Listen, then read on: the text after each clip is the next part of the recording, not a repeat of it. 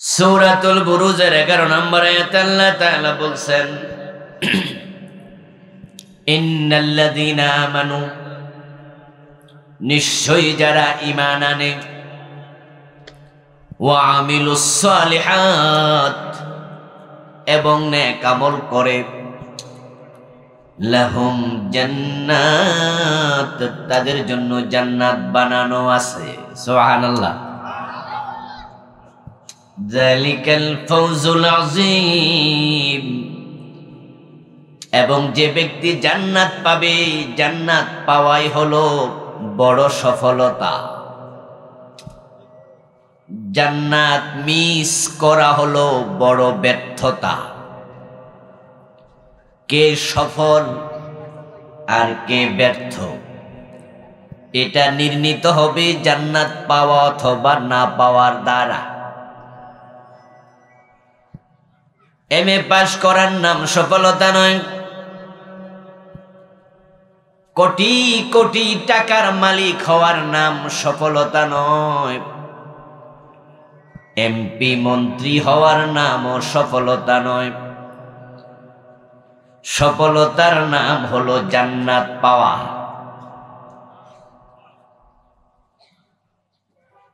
খাওয়ার জন্য খাবার নাই, থাকার জন্য ঘর নাই, পরিধান করার জন্য কাপড় নাই, ফুটপাতে থাকে গরিব মানুষ, কিন্তু জীবনটা জান্নাতি জীবন গঠন করেছে, তৈরি করেছে।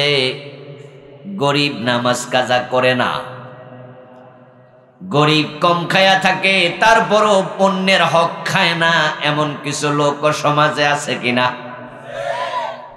রিক্সা চালায়া নামাজ পড়ে,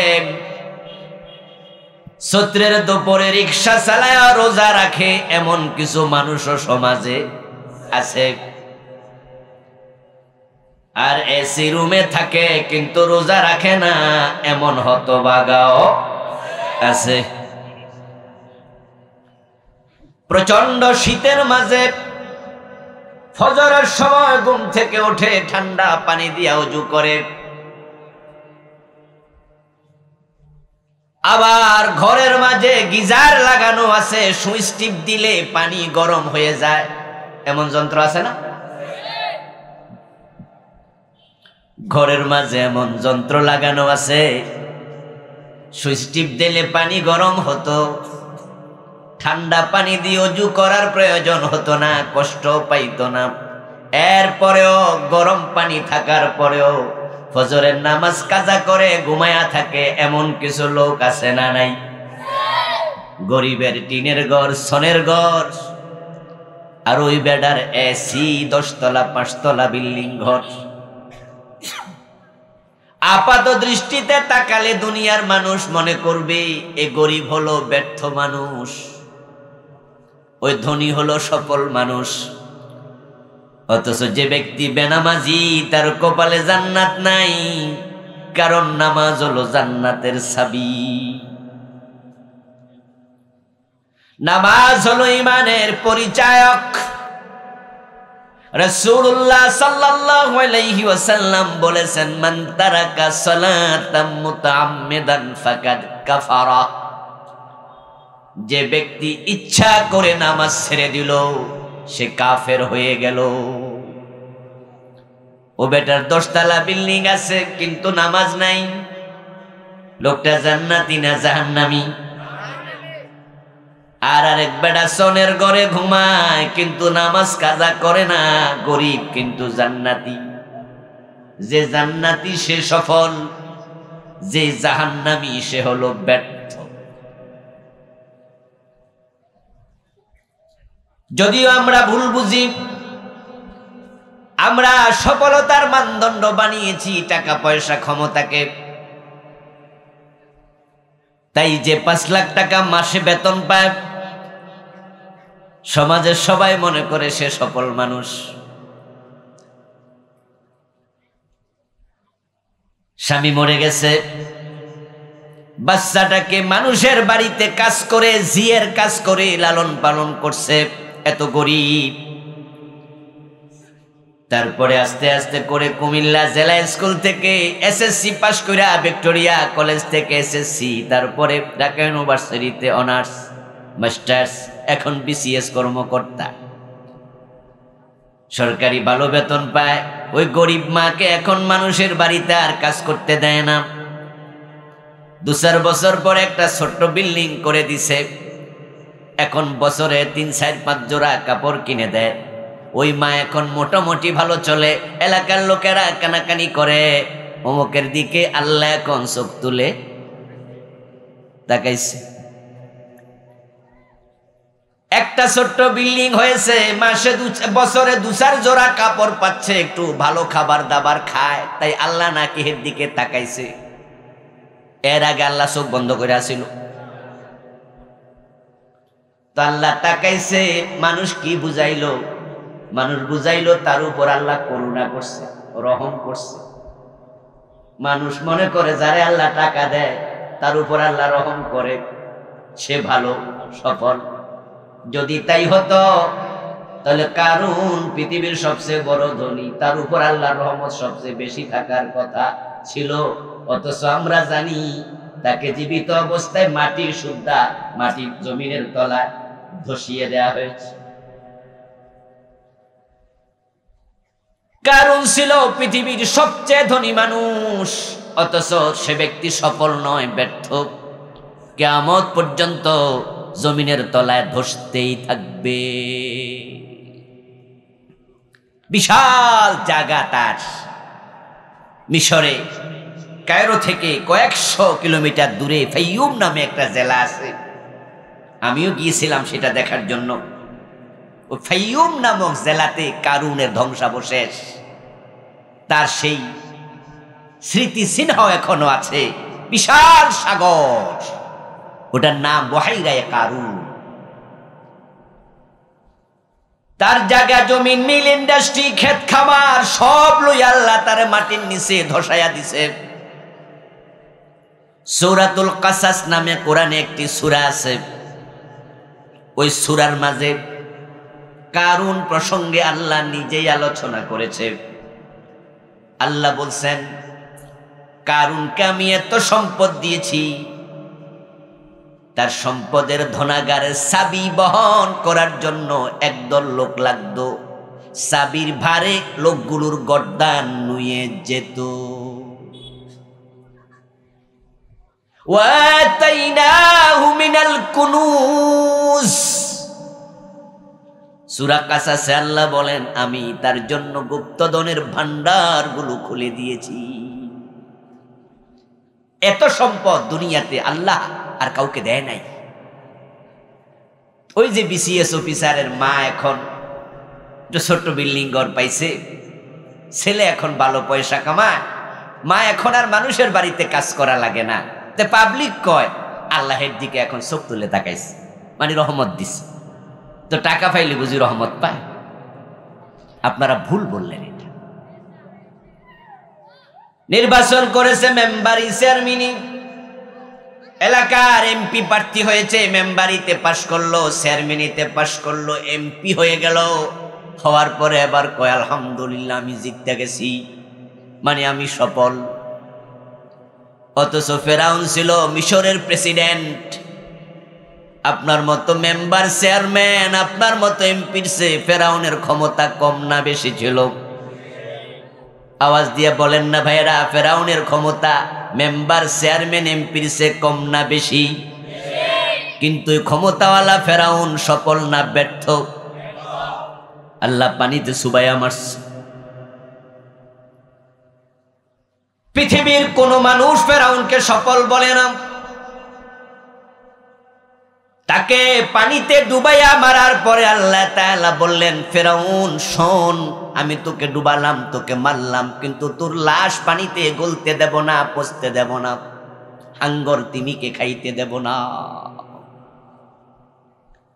আল-ইয়াওমা নুনাজ্জিকা বিবাদানিকা লিতাকুনা লিমান খালফাকা আয়া, বরং তোর দেহটাকে আমি রেখে দেব সতেজ, রেখে দেব আমি পূর্ণ, পচবে না, গলবে না। পরবর্তী যুগের লোকেরা তোকে দেখে দেখে শিক্ষা নেবে, তারা বুঝবে ক্ষমতা থাকলে সফল হওয়া যায় না। এবার আপনাদের কাছ থেকে আমি একটু জানতে চাই, কারুন কি জান্নাতি না জাহান্নামী? মাশাআল্লাহ, ঠিক বলেছেন। আর একটু জোরে বলুন তো, ফেরাউন জান্নাতি না জাহান্নামী? তো জাহান্নামী যারা, তারা কি সফল? তারা ব্যর্থ। এবার আপনি আত্মসমালোচনা করুন তো, আপনার যে জীবনাচার আপনি সাজিয়েছেন, আপনার বিচার যদি আপনাকে করতে আল্লাহ দেয় যে তোমার বিচার তুমি করো, আপনার আমলের আলোকে আপনি কি নিজেকে জান্নাতি নাম্বার দিতে পারেন? যদি পারেন, ওকে, ভালো। হাসরের ময়দানে আপনার আমলনামা আপনার গর্দান থেকে আল্লাহ তাআলা খুলবেন, খুলে কিন্তু আপনাকে বলবেন, পড়ো, ইকরা কিতাবাকা কাফা বিনাফসিকাল ইয়াউমা আলাইকা হাসিবা। তোমার আমলনামা তুমি পড়ো, আজকে হিসাব দেওয়ার জন্য কোনো সহযোগীর প্রয়োজন নাই, তুমি একাই যথেষ্ট। আচ্ছা, যেই লোকটা আজকে ফজরের নামাজ পড়ে নাই, এই লোকটা কি নিজেকে জান্নাতি বলতে পারবে? এর বিবেক তো বলবে যে আমি নিজেই তো ফজরের নামাজ পড়ি। সুদে টাকা লাগায়া বসে আছেন এমন কিছু মানুষ এই সমাজে আছে কিনা? সুদে টাকা লাগালে, সুদ খেলে ৭৩টা গুনাহ হয়। সবচেয়ে ছোট গুনাহ ইসারুহু আন কিহারুর রাজুল উম্মাহু। প্রিয় নবীজি বলেছেন, সবচেয়ে ছোট গুনাহটা হলো নিজের মায়ের সাথে জেনা করা। এখন যে লোকটা নিজের মায়ের সাথে জেনা করার মতো অপরাধ করছে, সুদে টাকা লাগাচ্ছে, ওই লোকটাকে যদি বলা হয় তুমি নিজেকে কি মনে করো, যে বেটা মায়ের সাথে জেনা করে সে নিজেকে জান্নাতি বলবে কোন মুখে? যারা জান্নাতি মানুষ নয় তারা ব্যর্থ মানুষ। ১০০০ কোটি টাকা থাকুক, সে ব্যর্থ। কারণ চোখ বন্ধ হওয়ার পরে আপনার সাথে কবরে কয় টাকা যাবে? তো টাকা থেকে লাভ কি? নিতে তো পারলেন না। আরে নিতে পারলেন, আপনি মুনকার নকিরকে না কিছু গোশ টোশ দিয়া দিতেন, যে বেশি প্রশ্ন টশ্ন করেন না, সার ধরেন খাইলাম। মুনকার নকির ঘোষ খায় না, ঘোষ খাবে না, সেটা আরো পরের কথা। কিন্তু ঘোষ দেওয়ার জন্য টাকা নেওয়া যায় নাকি? কাপড়ের কাপড়ে পকেট থাকে নাকি? মাটির নিচে কাগজের টাকার কোনো দাম আছে নাকি? তো ১০০০ কোটি টাকা কামাইলা সফল হইবা কেমনে? নিতে তো পারলা না। জমি আছে বিঘা বিঘা, কিন্তু তোমার তো ৩.৫ হাত, চোখ বন্ধ হওয়ার পরের চেয়ে বেশি না। এমন জায়গায়ও মৃত্যু হতে পারে, তোমার লাশ দাপন করার সুযোগ নাই, পানিতে পচে যায়, কত লাশ গলে শেষ হয়ে যায়। দাফন করার জন্য কপালে ৩.৫ হাত মাটিও জোটে। মাঝে মাঝে আমাদের দেশও দেখবেন যে বিভিন্ন ফ্যাক্টরিতে, ইন্ডাস্ট্রিতে আগুন লাগে, এমন ফোড়া ফোরে লাশ খুঁজেও পাওয়া কঠিন, ডিএনএ টেস্ট করা লাগে, ছাই হয়ে যায়, ছাই। ও প্রিয় ভাই, মাঝে মাঝে বিমান ক্র্যাশ করে। মালয়েশিয়া আগামী বিমান হারায়া গেছে বছর ৩-৪ আগে, পত্রিকায় নিউজ, টেলিভিশনের হেডলাইন, ব্রেকিং নিউজ চলছে। সপ্তাহখানেক ধরে রওনা দিছিল কোনো এক দেশ থেকে মালয়েশিয়ায় যাবে, ২৯৬ জন যাত্রী নিয়ে বিমান হারায়া গেল। কোথায় গেল আজ পর্যন্ত হদিস নাই। হতে পারে ভারত মহাসাগরের উপরে ক্রাশ করেছে যান্ত্রিক গোলযোগে, ওই বিমানটা পড়ে গেছে সাগরের মাঝে। বড় একটা দিঘিতে যদি কোনো মেয়ে গোসল করতে যায় তার নাকফুল হারাইয়া ফেলে, ওই দিঘির মাঝে নাকফুল খুঁজে পাওয়া যত কঠিন, ভারত মহাসাগরে একটা বিমান যদি ক্রাশ করে পড়ে যায়, ওটা খুঁজে পাওয়া আরো ১০০ গুণ বেশি কঠিন। ওই বিমান কিয়ামত পর্যন্ত হয়তো খুঁজে পাওয়া যাবে না। এবার বলুন তো, ওই বিমানে কোটি টাকার মালিক, শত শত বিঘা জমিনের মালিক, এমন ২-৪ জন বড় লোক থাকার সম্ভাবনা আছে না নাই? এমন জায়গায় মরল ৩.৫ হাত, কবরের মাটিও কপালে নেই। আরে ৩টা সাদা কাফনের কাপড় যে দেবে, রাস্তায় যদি অ্যাক্সিডেন্ট করে কোনো পথিক মরে যায়, বেওয়ারিশ লাশ দাপন করে, তাও তো মানুষ ভিক্ষা করে হইলো কাপড়ের কাপড় তোলে না, লাশটা ফালাই কয় ভাই ভাই দেন, কি যা পারেন দেন। ও রিক্সাওয়ালা 10 টাকা দেয়, তারপরেও বেডারে 3টা সাদা কাপড়ের কাপড় দিয়া মাটি দেয়। আর ওই লোকেরা এমন জায়গায় মরল 3টা সাদা কাপড়ের কাপড়ও কপালে জুটলো না। তো তুমি সফল হইলা কেমনে? টাকা তো আছে, নিতে তো পারলা না, কবরের মাটিও তো কপালে দেয়।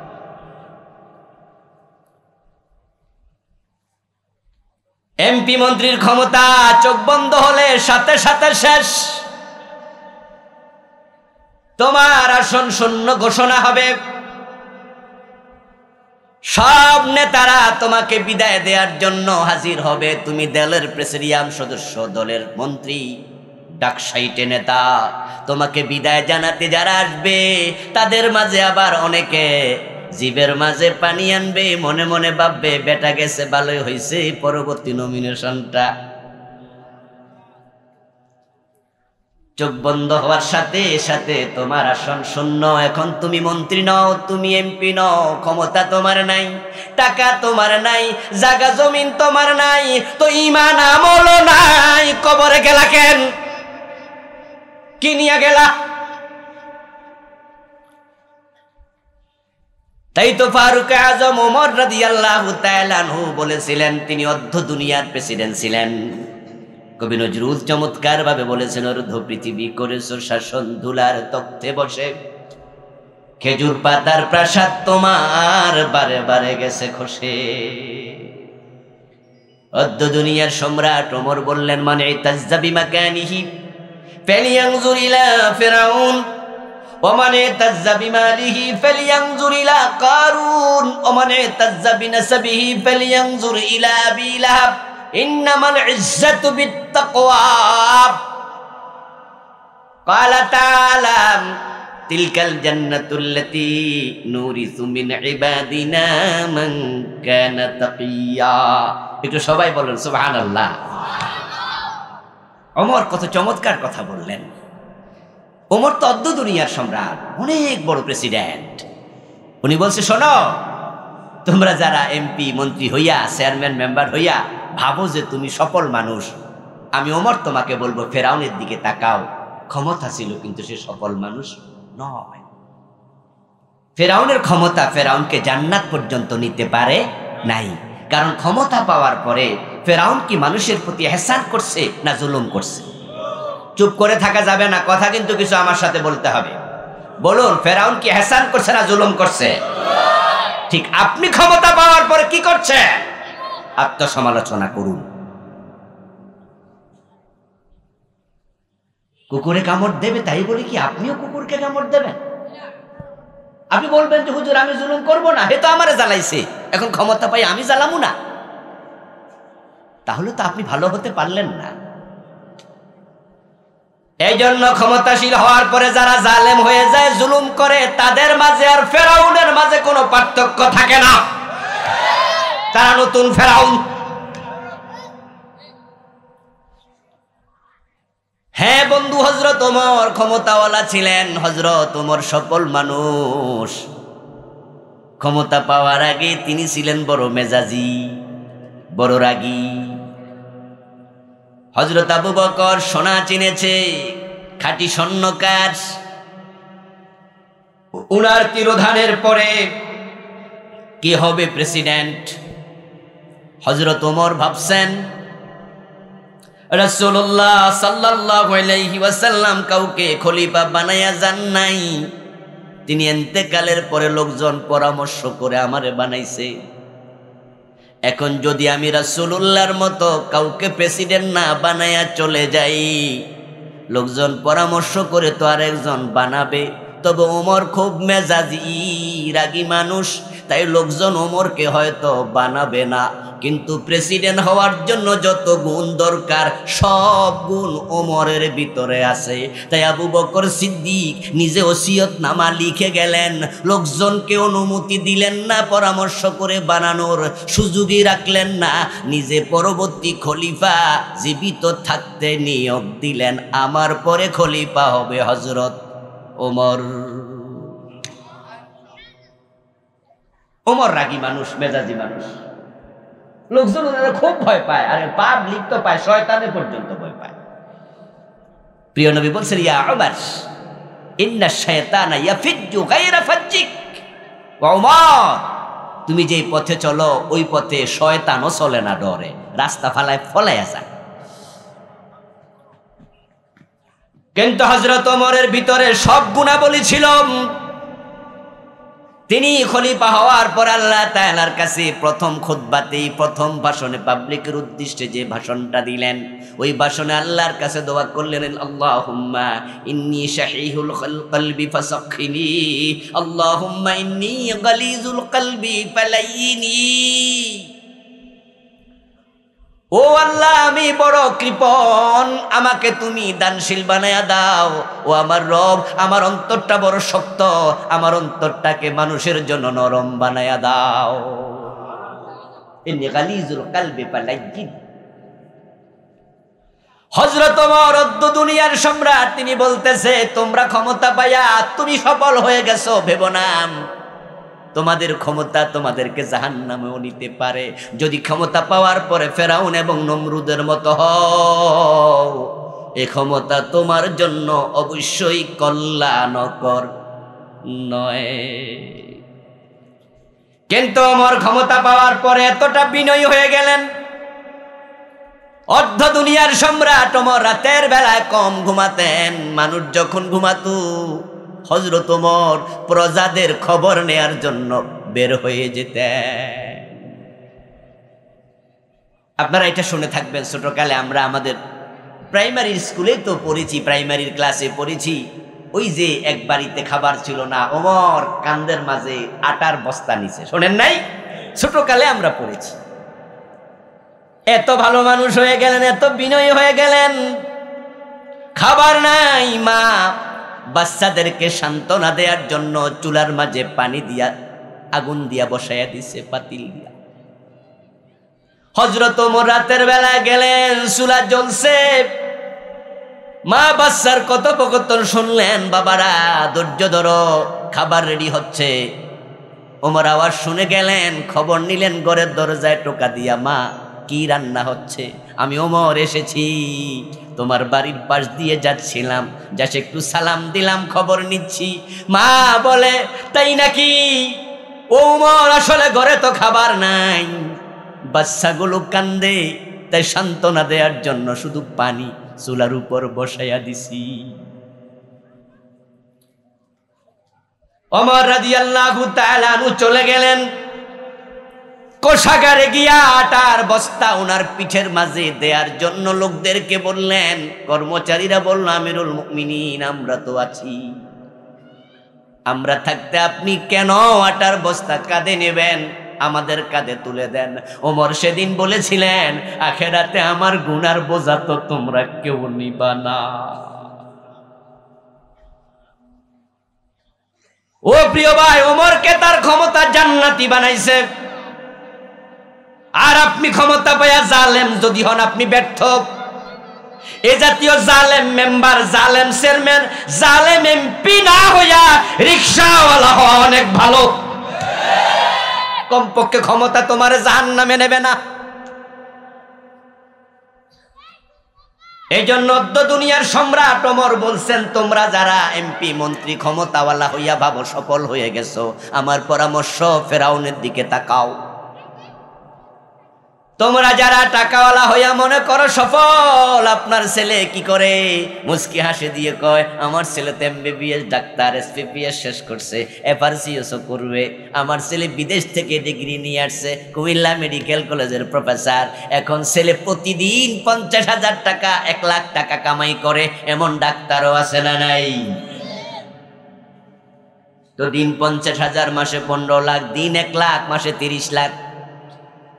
আরে দিন 20 লাখ টাকা, 15 লাখ টাকা কামাই করে অপারেশন, যারা সেন্সিটিভ অপারেশন গুলো করে, একদিনে 5টা 7টা হাসপাতালে যায়, একদিনে 10টা 20টা রোগী অপারেশন করে, এমন ডাক্তারও বাংলাদেশে আছে। ওরা একদিনে 30 লাখ 50 লাখ টাকা কামাই করে ফেলে। আপনি বাবা, আপনি ভাবছেন আমার ছেলে সফল হয়ে গেছে, দিন 1,50,000 কামাই করে। প্রশ্ন করলাম, ও ডাক্তারের বাবা, তোমার ডাক্তার ছেলে নামাজ পড়েনি? কই না হুজুর, এটা একটু কম পড়ে, দোয়া করেন। ও, তোমার ছেলে বেনামাজি, কোটি টাকা কামাই করে লাভ নাই। এ ছেলে ব্যর্থ ছেলে, যার নামাজ নাই, তার কপালে জান্নাত নাই। এজন্য জান্নাতি জীবন তৈরি করতে হবে। যালিকাল ফাউজুল আযীম, যালিকাল ফাউজুল কবীর, যালিকাল ফাউজুল মুবিন। আপনার গায়ের জামা ছেঁড়া, কোনো অসুবিধা নেই।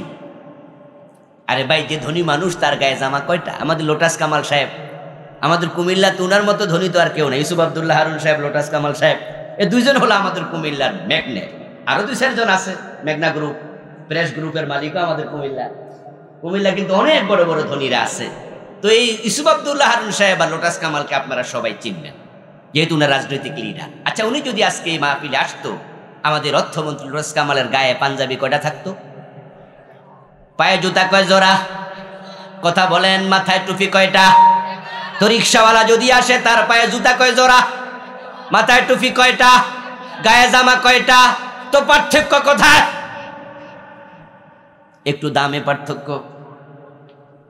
হয়তো রিক্সাওয়ালার টুপিটা 50 টাকা, আমাদের লোটাস কামাল সাহেবের টুপিটা 500 টাকা। দামে একটু পার্থক্য, মৌলিকভাবে কোনো পার্থক্য নাই। তাই আপনি কয় টাকার মালিক, কত কোটি টাকার মালিক, কত ক্ষমতার মালিক, এগুলো দেখা দরকার নাই। আপনার হাতে জান্নাত আছে কিনা, জান্নাতের চাবি নামাজ আছে কিনা, এটা দেখা বেশি দরকার। এজন্য আল্লাহ তাআলা বলছেন, ফামান যুহজিহা আনিন নার ওয়া উদখিলাল জান্নাতা ফাকাদ ফাজ। যে ব্যক্তিকে জাহান্নাম থেকে মুক্তি দেয়া হলো, জান্নাতে প্রবেশের অনুমতি দেয়া হলো, এই লোকটাই সফল হয়ে গেল।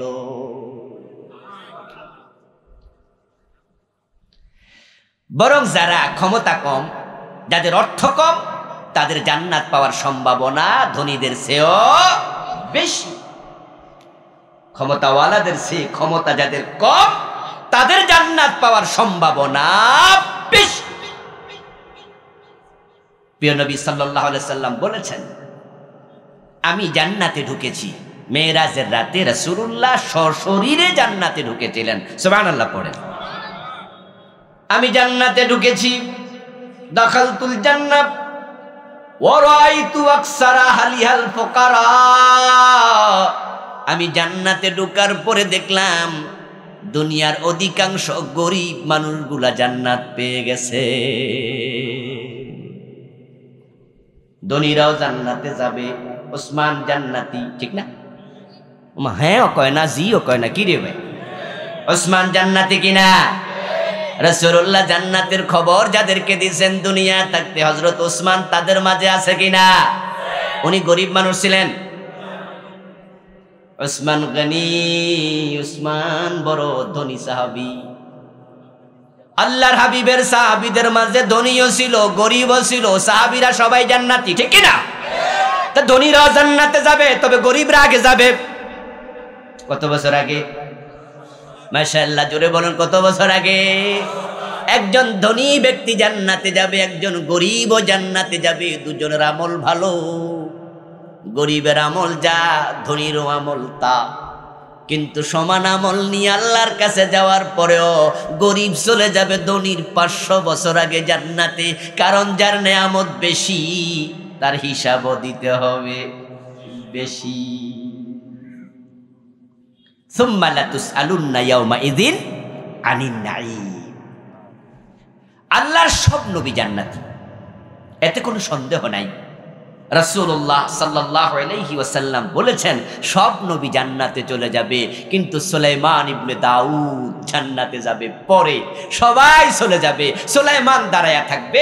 সুলাইমান জান্নাতে যাবে সব নবীর পরে, কারণ সুলাইমানের উপরে আল্লাহর নেয়ামত ছিল বেশি, সুলাইমানকে হিসাবও দিতে হবে বেশি।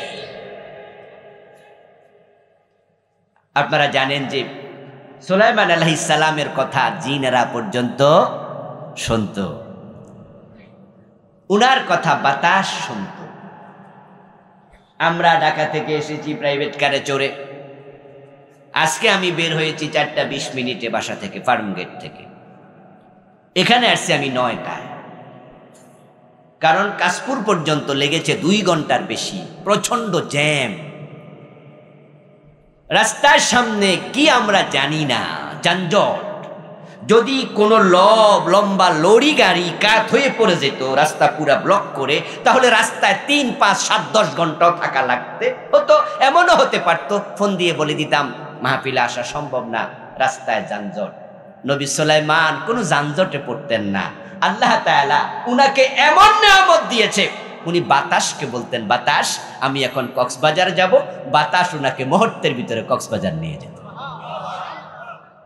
রাওয়াহুহা শাহরুন ওয়া গুদুরুহা শাহর। সকালে যেতেন 1 মাসের রাস্তা, বিকালে যেতেন আরো 1 মাসের রাস্তা। সুবহানাল্লাহ। নিয়ামত ছিল অনেক বেশি। উনার কথা পিপিলিকা পর্যন্ত বুঝতো, উনিও পিপিলিকার কথা বুঝতেন। সূরা নামল পড়বেন, চমৎকার নবী সুলাইমানকে নিয়ে খুব দারুণ আলোচনা সেখানে আছে। সূরাতুন নামল, পিপিলিকার নামে সূরা। নিয়ামত পাইছে বেশি, তাই সব নবীর পরে নবী সুলাইমান জান্নাতে যাবে। এই জন্য আমার গরিব ভাইয়ারা, রিক্সাওয়ালা, ঠেলাওয়ালা, দিন মজুর, কুলি, ও প্রিয় ভাই, মন খারাপ করার কিছু নাই। গরিব রে গরিব বানাইছে কে? ধনী রে ধনী বানাইছে কে? ইয়েস, মানুষ বানানোর 50,000 বছর আগে আল্লাহ তাকদীর লিখছে। কোরআনে আল্লাহ বলেন, আনু কাসামনা বাইনাহুম মাঈশাতাহুম ওয়া রাফা'না বা'দাহুম ফাওকা বা'দিন দারাজাত। আমি মানুষের জীবিকা বন্টন করেছি। বন্টন করার সময় আমি একজনের চেয়ে আরেকজনকে জীবিকার ক্ষেত্রে শ্রেষ্ঠত্ব দিছি।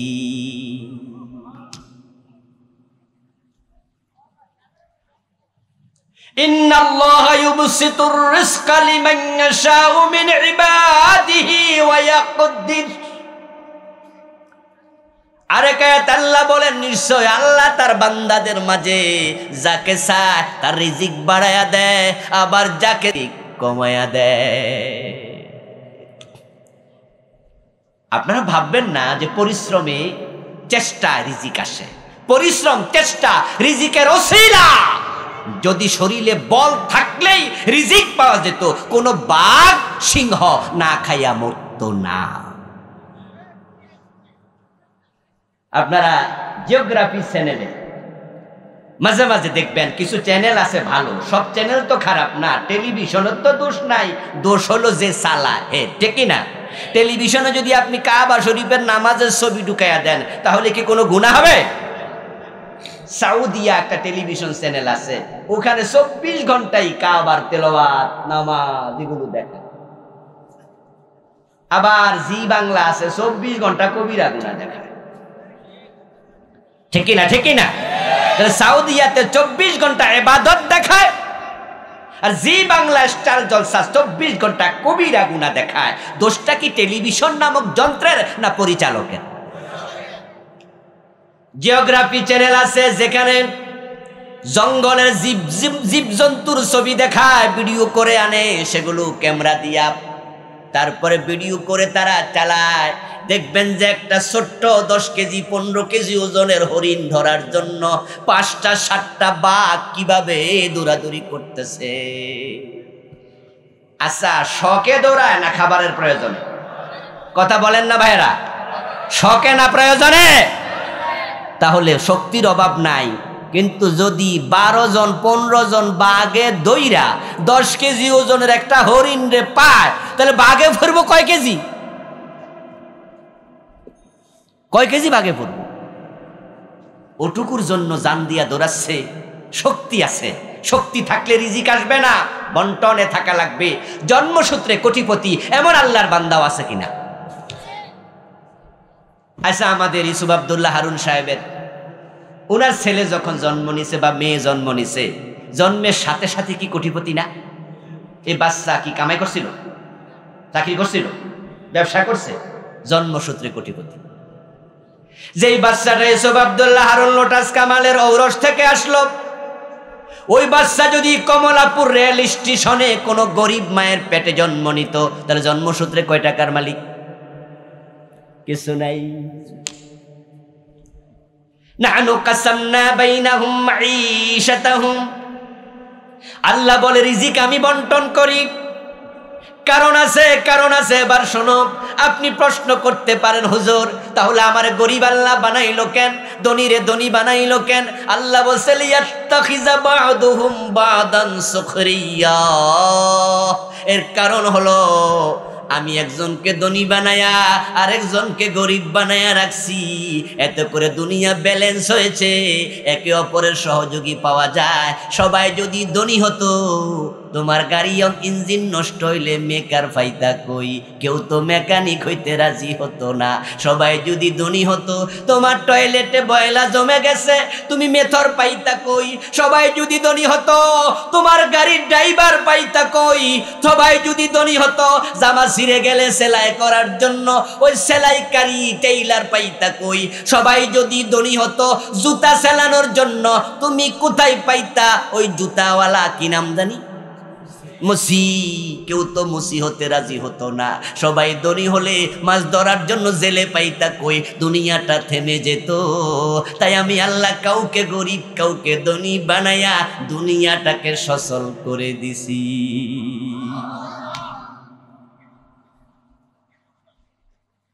আরে কাদ আল্লাহ তাআলা বলেন লাউ বাসাতাল্লাহুর রিজকা লিইবাদিহি লাবাগাউ ফিল আরদ, লাউ বাসাতাল্লাহুর রিজকা লিইবাদিহি লাবাগাউ ফিল আরদি, যদি সব মানুষকে আল্লাহ সমান ধনী বানায়া দিত, জমিনে বিপর্যয় তৈরি হতো, কেউ কারো শাসন মানত না। স্কুলে হেডমাস্টার আছে, তার অধীনে 20 জন শিক্ষক আছে। হেডমাস্টার সাহেব 20 জন শিক্ষককে নিয়ে মিটিং করে। আবার স্কুলে হেডমাস্টার সাহেব 21 জন শিক্ষক আছে। স্কুলের সভাপতি 21 জনকে নিয়ে মিটিং করে। মিটিংয়ের মাঝে বলে, এই প্রিন্সিপাল সাহেব এটা করবেন, এটা করবেন, শিক্ষকরা প্রিন্সিপালের কথা মতো চলবেন।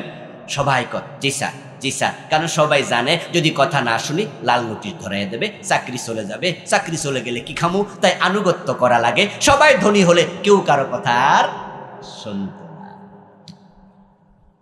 আরে আল্লাহর ব্যালেন্স দেখে মাঝে মাঝে মন চায় যে সেজদায় পড়ে থাকি। আমার আল্লাহ কত চমৎকার, কত চমৎকার। ধনী বানাইছে, গরিবকে টেস্ট করছে। দেখি গরিবরা ধনীর মাল অন্যায়ভাবে চুরি করে নাকি পরিশ্রম করে কামাই করে। যদি পরিশ্রম করে কামাই করে, চুরি না করে, তার পরিশ্রমটা ইবাদত হিসাবে আল্লাহ কবুল করবে। আবার ধনীকে ধনী বানাইয়া পরীক্ষা করে, দেখি গরিব অসহায় ভিক্ষা চাইলে ভিক্ষা দেয় কিনা। যদি দেয় আমি আল্লাহ ডান হাতে গ্রহণ করব, তার সাদাকা আমি জান্নাতে যাওয়ার ওসিলা বানাই দেব। ও প্রিয় ভাইয়েরা, এর জন্য হতাশ হবেন না। দেখেন আপনার আঙ্গুলের দিকে তাকাইয়া কত চমৎকার ভাবে আল্লাহ হাতটা বানালেন। হাতের আঙ্গুলগুলা সব সমান না, 5টা 5 রকম। জমিনে মানুষের সম্পদ, বিবেক, বুদ্ধি, ক্ষমতা সমান না। এক একজনের ক্ষমতা এক এক রকম। এটার নামই ব্যালেন্স, এটার নামই ভারসাম্যতা। যদিও আমাদের দেশে কিছু মানুষ তারা সমাজতন্ত্রবাদী, সোশ্যালিস্ট, তারা বলে না না সবাই সমান হওয়া লাগবে, কেউ খাবে কেউ খাবে না, তা হবে না, তা হবে না, কেউ 10 তলা কেউ 19 তলা, তা হতে দেয়া যাবে না। কি করতে হবে? সবাই সমান বানাই দিতে হবে। ওরা সোশ্যালিজমকে ফলো করছে। ঠিক তার বিপরীতে ক্যাপিটালিজম, যারা পুঁজিবাদ, তারা হলো না সব আমি জমামু, কেউ খাইতে পারবো না। আর সোশ্যালিস্টরা বলে না কেউ জমাইতে পারবে না, সরকার সব নিয়ে যাবে, সরকার তাদেরকে প্রয়োজন অনুপাতে দেবে, তারা প্রয়োজন অনুপাতে খাবে, সম্পদের মালিক রাষ্ট্র হবে। এটা হচ্ছে সোশ্যালিস্টদের বক্তব্য।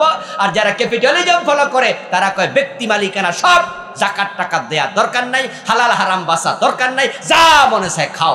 ইসলাম বলে কোনোটাই ঠিক না। ব্যক্তি সম্পদের পরিপূর্ণ মালিক একথা ঠিক, বছর যাওয়ার পরে 2.5% গরিবের যাকাত, ওটা তাকে দিতেই হবে। আবার সবাই সমান হলো মুসিবত। এখন যারা সোশ্যালিজম ফলো করে তারা হয় শ্রেণীবিদ, শ্রেণীর বিরুদ্ধে যুদ্ধ করে, সমস্ত শ্রেণীর জন্য কথা বলে, সবাই সমান হয়ে যাবে। এই 5 আঙ্গুল, তার মাঝে সবচেয়ে বড়টা মধ্যমা, ওই মধ্যমা আঙ্গুল মাথা উঁচু করে আছে। এবার বাকি 4 আঙ্গুল যুদ্ধ করবে, যুদ্ধ করে বলবে, এ মিয়া তুমি 10 তলায়, আমরা নিচতলায়, এসব চলবে না, তুমিও ছোট হও। এবার মধ্যমা আঙ্গুলকে কাইটা সমান করলো, করার পরে এবারে 2টা হলো সমান, হওয়ার পরে বাকি 3টা যুদ্ধ করবে না, তোমরা আমার সমান হও। তখন এই 2টা কাইটা এবার হলো কান্নাঙ্গুল কনিষ্ঠার সমান। এবার বুড়াডা ছোট, এটা কয় না তোমরা বড় থাকবে, এসব চলবে না, তোমরাও ছোট হও। এবার কাইটটা এটার সমান হইলো, বুর্গাঙ্গুলের সমান হওয়ার পরে এটা কি হাত না মাসুলদানি?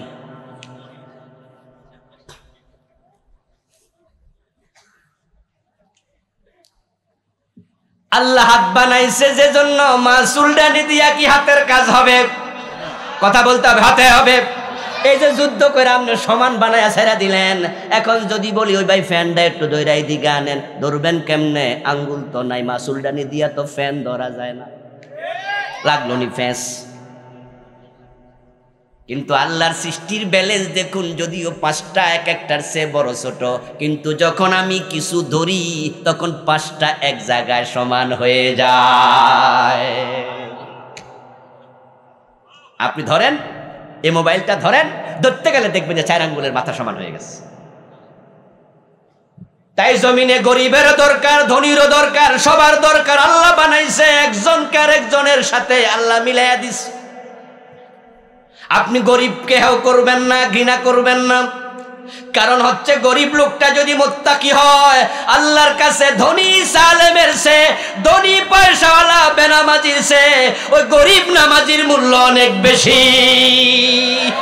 কাকে হেও করো? তোমার রিকশার ড্রাইভারকে। তার তাকওয়া যদি বেশি হয়, তুমি অফিসের ম্যানেজার, রিকশায় চড়েছ, আল্লাহর কাছে রিকশার ড্রাইভারের দাম অফিসের ম্যানেজারের চেয়েও বেশি। ইন্না আকরামাকুম ইনদাল্লাহি আতকাকুম। আমার ভাইয়েরা, ফেরাউনের কথা বলছিলাম, কারুনের কথা বলছিলাম, তারা পয়সাওয়ালা এবং ক্ষমতাওয়ালা, কিন্তু তারা ব্যর্থ। ওমর বলেন তারা ব্যর্থ। এবার তার বিপরীতে বেলালের দিকে তাকান।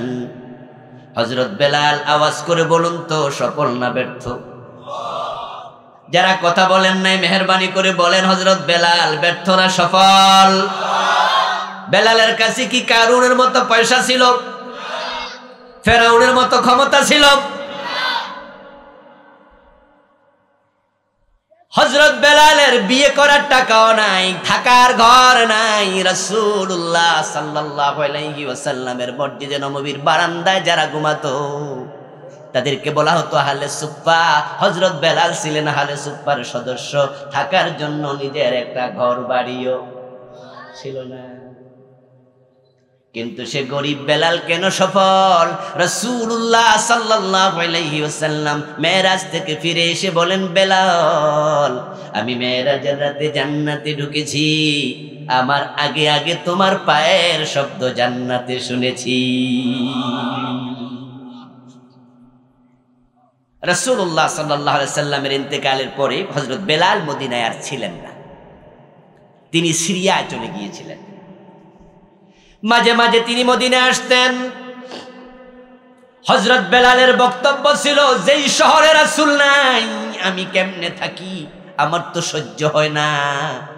আমি আজান দিলে রাসূল ইমামের জায়গায় দাঁড়াতেন, আমি একামত দিতাম। এখন রাসূল নাই, আজান দেওয়ার পরে আমার কষ্ট আর সহ্য হয় না। তিনি হযরত ওমর থেকে অনুমতি নিয়ে সিরিয়ায় চলে গিয়েছিলেন।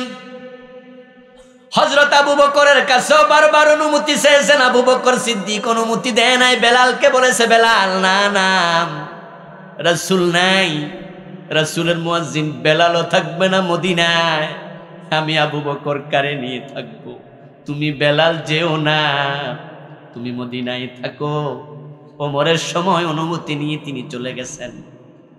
মাঝে মাঝে হযরত বেলাল মদিনা আসতেন, রাসূলুল্লাহ সাল্লাল্লাহু আলাইহি ওয়াসাল্লামকে সালাম দিতেন, কবর জিয়ারত করতেন, তারপর ওমরের দরবারে যেতেন। বেলালের জীবনীতে পাওয়া যায় হযরত বেলাল যখন ওমরের ঘরে ঢুকতেন, হযরত ওমর বসা থেকে দাঁড়ায়া দরজা পর্যন্ত দৌড়াইয়া আসতো আর বলতো, আতানা সাইয়্যিদুনা বেলাল, আমার নেতা বেলাল আমার কাছে এসেছে। ওমর বলতেন, আমার নেতা বেলাল। হযরত ওমর অর্ধ দুনিয়ার নেতা, আর হযরত বেলাল ওমরেরও নেতা। বেলাল জান্নাতি সাহাবী, জান্নাত পাওয়া হলো সফলতা। তাহলে আমি যে এতক্ষণ ভূমিকাই বললাম আর কি, মূল আলোচনা এখন ঢুকছি। লম্বা ভূমিকা বলার পিছনে কারণ, মূল আলোচনা শর্ট করব। এখন যেই সফলতা জান্নাতের নাম, ওই জান্নাতে যাওয়ার শখ আপনাদের সবার আছে? সবাই জান্নাতে যেতে চান? হ্যাঁ, এই ট্রেন মিস করা যাবে না। আল্লাহ তাআলা আপনাকে আমাকে জান্নাত দিতে কি বাধ্য? ওমা কথা কয় না, আল্লাহ কি জান্নাত দিতে বাধ্য? যেহেতু আল্লাহ বাধ্য নয়, আপনি চাইয়া নেন। আপনার মতো লোকের জান্নাত না দিলে আল্লাহর কিচ্ছু আসে যায় না। এজন্য জান্নাত চাইতে হবে। قال النبي صلى الله عليه وسلم من سأل الله الجنة 3 مرات قالت الجنة اللهم ادخله الجنة ومن استاجر من النار 3 مرات قالت النار اللهم اجره من النار رواه ابن ماجه। প্রিয় নবীজি বলছেন, যখন কোনো ব্যক্তি আল্লাহর কাছে 3 বার জান্নাত চায়, এই খবরটা আল্লাহ জান্নাতের কাছে পৌঁছায়া দেয় এবং জান্নাতকে কথা বলার শক্তি দেয়। জান্নাত তখন বলে, আল্লাহ এই লোকটা যেহেতু আমার মাঝে আসতে চায়, আমি জান্নাত সুপারিশ করলাম, তুমি তাকে আমার মাঝে ঢুকাইয়া দাও। আবার কোন ব্যক্তি যখন আল্লাহর কাছে জাহান্নাম থেকে 3 বার ফানা চায়, এই মেসেজটা আল্লাহ জাহান্নামের কাছে পৌঁছায়া দেয় এবং জাহান্নামকে কথা বলার শক্তি দেয়। জাহান্নাম কথা বলে আল্লাহর কাছে সুপারিশ করে, আল্লাহ এই লোকটা আমি জাহান্নাম থেকে মুক্তি চাই, আমি জাহান্নামও বলি, তুমি তাকে জাহান্নাম থেকে মুক্তি দিয়া দাও। এজন্য তো আমরা সকাল সন্ধ্যায় 7 বার পড়ি আল্লাহুম্মা আজিরনা। পড়েননি? ওগুলো পড়বেন মাগরিবের পরে, ফজরের পরে। কারণ জাহান্নাম কয়টা? 7টা। জাহান্নামের 7টি দরজা, লাহা সাবআতু আবওয়াব। জাহান্নামের 7টা দরজা। তা আপনি 7 বার আল্লাহর কাছে যদি জাহান্নাম থেকে ফানা চান, আল্লাহ প্রতিবারে একটা জাহান্নাম থেকে ক্রস চিহ্ন দিয়ে আপনারে মুক্তি দেয়। তাহলে আপনি 7 বার ফানা চাইলেন, 7 জাহান্নাম থেকে মুক্তি পেয়ে গেলেন। আল্লাহুম্মা ইন্না নাসআলুকা রিদাকা ওয়াল জান্নাহ ওয়া নাউযু বিকা মিন সাখাতিকা ওয়া আযাবিন নার। জাহান্নাম থেকে ফানা চাই, আল্লাহ জান্নাত চাই। আমরা রমাদান মাসেও দোয়া করেছি বারবার, আল্লাহুম্মা আজিরনা মিনান নার ইয়া মুজিরু ইয়া মুজিরু ইয়া মুজির। ঠিক না? এগুলো আমরা পড়েছি, পড়বেন নিয়মিত।